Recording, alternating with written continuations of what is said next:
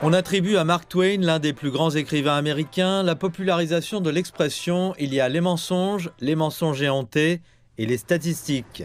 Mais quelle que soit votre opinion sur les statistiques, celles du gouvernement américain font actuellement défaut en raison de la fermeture prolongée.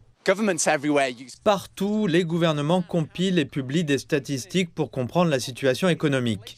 Et dans le contexte de la plus grande crise inflationniste depuis une génération et des guerres commerciales, ces chiffres sont sans doute plus importants que jamais pour les investisseurs, les décideurs politiques et les entreprises qui tentent de planifier leurs dépenses, leurs investissements, la tarification de leurs biens et services, ainsi que pour les consommateurs qui essaient d'évaluer l'augmentation potentielle de leur coût de la vie.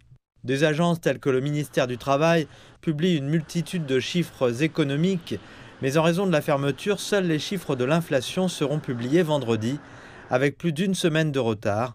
Et ces chiffres sont particulièrement cruciaux à un moment où les messages sont contradictoires. Mais les affirmations du président Trump sont contredites par les données de septembre qui montrent que les prix du poisson, de la viande, des œufs et de l'énergie sont tous en hausse. C'est en partie pour cette raison qu'il a proposé d'importer davantage de bœuf d'Argentine. Et la Banque centrale américaine, la Réserve fédérale, a un message très différent de celui de Donald Trump, avertissant que l'inflation globale est à nouveau en hausse, même si elle reste relativement faible et est largement due aux droits de douane.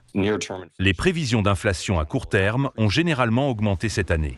Mais l'inflation n'est qu'une partie du tableau. La Fed a besoin de données actualisées sur l'emploi, notamment parce que la situation économique est difficile à évaluer actuellement. Les risques de ralentissement de l'emploi semblent avoir augmenté.